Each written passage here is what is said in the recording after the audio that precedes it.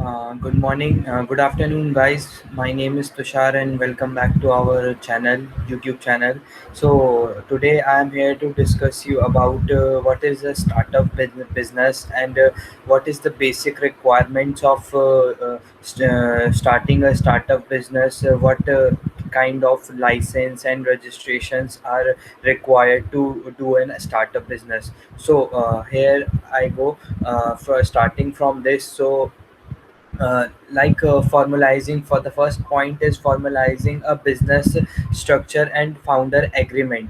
So the first thing to starting any business is to be clear about the nature and the type of business. Founder will be need to incorporate the business as a specific business type, like sole proprietorship, private limited, public limited, partnership, limited liability partnership, etc.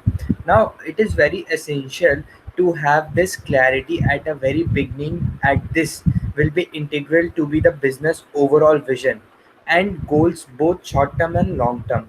Now the second point is how to applying for a business license. So license are integral to running any business depending on the nature and the size of business. Several license are applicable in India also. Knowing the applicable license for your startup and obtaining them is always the best way to start at business. So the lack of relevance license can lead to costly lawsuits and unwanted legal battles. So business license are the legal document that allow a business to operate, while business registration is official process of listing a business along with the relevant information about the business with the official registrar. The common license that is applicable to all business is the Shop and the Establishment Act, which is applicable to all the premises where trade businesses or profession is carried out. Other businesses license vary from industry to industry. Now the third point is understanding taxation and accounting laws. So taxes are a parcel of every business. There are broad varieties of taxes such as central tax, state tax, and even local tax that may be applicable for certain kinds of business.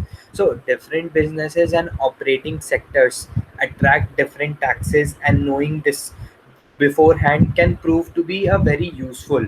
So recently, the government of India launched the Startup India initiative to promote startup and introduce many exemptions and tax holidays for startup and the new business. So according to this initiative, a startup can avail income tax exemption for a period of 3 years, as well as tax exemption from capital gains and investment about fair market value.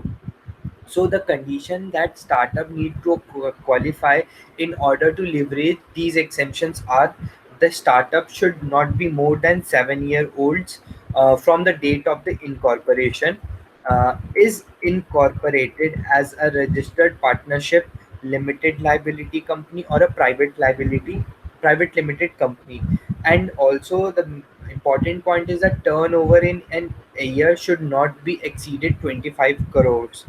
Now, the last point is the startup should not have been formed by splitting or reconstructing an existing business. It should be a new kind of business, new idea of the startup. So these are the points. So as far as business accounting is concerned, it is good hygiene to maintain proper book of account and audit them from time to time in order to ensure that relevant accounting and taxation rules are adhered to. So now the fourth point is adhering to labor laws. Adhering to labor laws are integral to every organization, small or big. When you are established as a company and have hired people to work for your organization, you are subject to several labor laws regardless of the size of the organization. Laws with regards to minimum wages, gratuity, PF payments, weekly holidays, maternity benefits, sexual harassment, payment of payment of bonus, among others, will need to compile with. it is the best to consult a legal counsel to assess the laws applicable to your startup and ensure that your startup is compliant to the required labors. The nine labor laws applicable under these schemes are the Industrial Dispute Act, the Trade Unit Act, Building and Other Constructions Worker Act 1996, the Industrial Employment Act 1946, the Interstate Migrant Workman Act 1979, the Payment of Gratuity Act, the Contract Labour Act, the Employee Provident Fund and Miscellaneous Provision Act, and the last one is the Employees State Insurance Act 1948. These are the all nine Labour Laws Act. Now, fifth point is the ensuring protection of intellectual property, which is very important to open any startup business. Intellectual property is secret of for most businessmen today, especially for tech-centric business. Code, algorithm, and research finding, among others, are some of the most important common intellectual owned by organizations. Now, startup can be leveraged the scheme for startups intellectual property protection under the Startup India Initiative (SIPP). This scheme was set up to mature or mentor innovative and emerging technologies among startups and help in the protection and commercialization of intellectual property rights. So these are the more five important points. Now I would like to focus on registration, what kind of registration and license required for the startups. So the first Startup India registration is when the business come under the definition of a startup as per the DIPP notification. It can get its Startup India registration done. A business registered as a private limited company under the Companies Act 2013, as a partnership firm under Section 59 of the Partnership Act 1932, or as a limited liability partnership under the Limited Liability Partnership Act 2008, can get Startup India registration if it fulfills the following criteria. The criteria, which is it has not been more than 10 years from the date of business registration, the annual turnover of the startup or the business is not exceeding 100 crores, the business is working towards innovation, development, or improvement of the society and the country, or if it is scalable business model with a high potential for employment generation or wealth creation. Now the second one is the MSME registration. The MSME registration can be obtained by micro, small and medium enterprises in India to enjoy various subsidies and benefit in terms of loan, taxation and other schemes. There are multiple benefits laid down by the MSMED Act for micro, small and medium enterprises for their machinery and raw materials, which can be purchased as the subsidies rate. Now the most important is GST registration. All manufacturers, sellers, services provider, exporters, etc. need to get their GST registration in India. All kind of business startup needs to get GST registration in the following cases. The following cases, which is when the aggregate turnover is more than INR 20 lakhs or 10 lakhs in special category states. If the business supplies good intra-states, when the business sells good or services provides online, and last one is the when the business held tax registration under the previous tax regime. The last one is the Udyog Aadhaar registration. So Udyog Aadhaar registration is the new initiative of the government to support small scale businesses.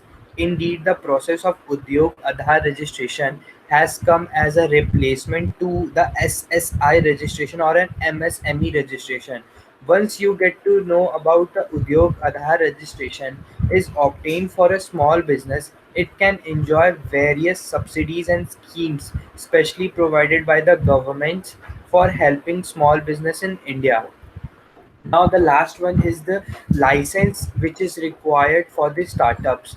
The first license, shop and establishment license for startup registration. These are like every state has its own shop and establishment act, which provide for the rule to be followed by every shop and establishment running in its business in the states.